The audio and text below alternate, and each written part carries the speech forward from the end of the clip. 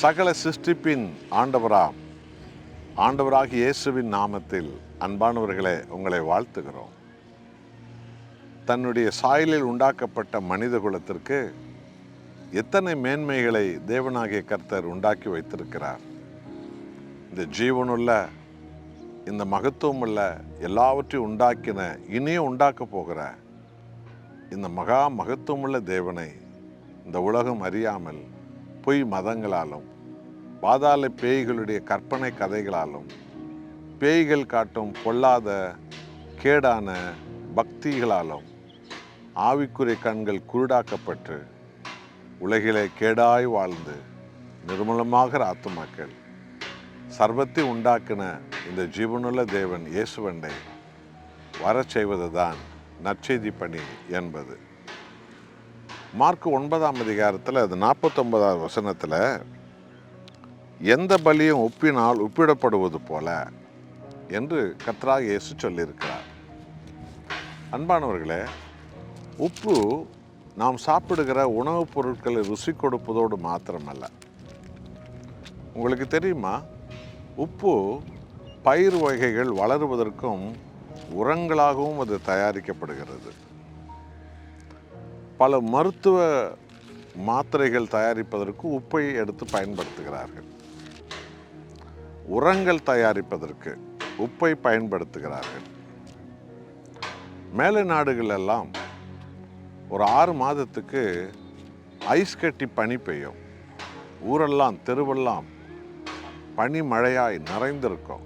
5 அடி 10 அடி உயரத்துக்கு கூட ஐஸ் கட்டிகள் கொட்டியிருக்கும். அந்த கொட்டப்பட்ட ஐஸ் கட்டிகள் மேல் இந்த உப்பை தெளித்து கொண்டு போவார்கள் ஹெலிகாப்டரில் மேலை நாடுகளெல்லாம். அப்போது அந்த ரோடுகளெல்லாம் மூடி இருக்கிற ஐஸ் உடைந்து விடும். உப்பு அத்தனை பிரயோஜனமானதாக பயன்படுத்தப்படுகிறது. அதுபோல தான் கிறிஸ்தவ வாழ்க்கை என்பது. ஏதோ பாட்டு பாடினோம், ஏதோ பைபிளில் 2 வசனம் சொல்லிக்கொண்டோம், ஏதோ உலகம் போகிற போக்கில் வாழ்ந்தோம். இல்லை இல்லை இல்லை. பல துறைகளில் உப்பு பயன்படுவது போல தான் ஊழிய வாழ்க்கையிலும் விசுவாச வாழ்க்கையிலும் தேவன் ஒவ்வொருவருக்கும் பல வழிகளை வைத்திருக்கிறார், நோக்கங்களை வைத்திருக்கிறார். அதை தான் எஜமானனான ஆண்டவர் இயேசுவிடத்தில் கேட்க வேண்டும்.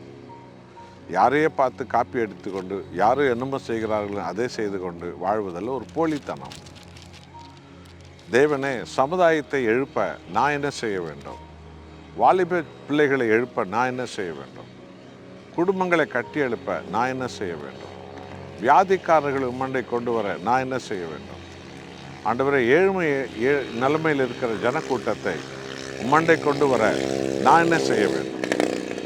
ஆண்டவரே, வாழத் தெரியாமல் வாழுகிற சமுதாயத்துக்கு நான் ஒரு நன்மையான காரியங்களை செய்ய நான் என்ன செய்ய வேண்டும் என்று ஒரு உப்பை பல காரியங்களுக்கு பயன்படுத்த தேவன் உண்டாக்கி இருக்கிறது போல விசுவாச வாழ்க்கையிலும் கூட நாம் ஒவ்வொருவரும் பல காரியங்களுக்கு பயன்படுத்தப்பட்ட பாத்திரங்களாக மாறி இயேசுவின் நாமத்தில் இந்த சமுதாயத்தை மறுரூபமானவர்களாக மாற்ற நாம் உழைக்க வேண்டும்.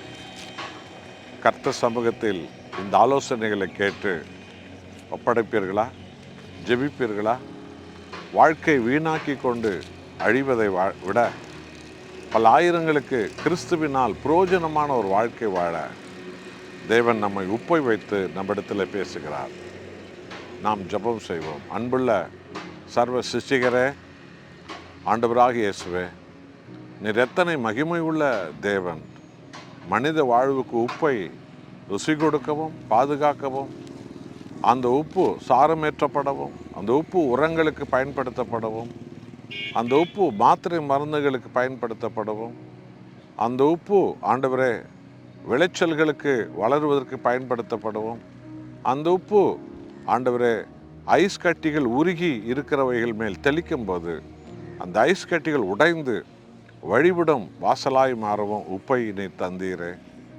அதுபோல கிறிஸ்தவ வாழ்வு என்பது ஒவ்வொருவருக்கும் ஒவ்வொரு விதமான வாசல்களை, ஆலோசனைகளையும் வழிகளையும் வைத்து நீர் அவர்களை பயன்படுத்துகிற வல்லமுள்ள தேவனாக இருக்கிறீர். எங்கள் சபைகளெல்லாம் வெறுமனுமே சபைகளுக்குள்ளே கத்தி கூச்சல் போட்டுக்கொண்டு அங்கேயே காலத்தை வீணாய் செலவிட்டு கொண்டிருக்கிற ஜனங்களெல்லாம் வெளியில் வந்து சமுதாயத்தை தட்டி எழுப்புகிற கிறிஸ்துவின் மகத்துவமுள்ள காரியங்களை செய்யக்கூடிய ஜனங்களாக மாற பரிசுத்த ஆவியானவரே எல்லாரையும் தொடுவீராக.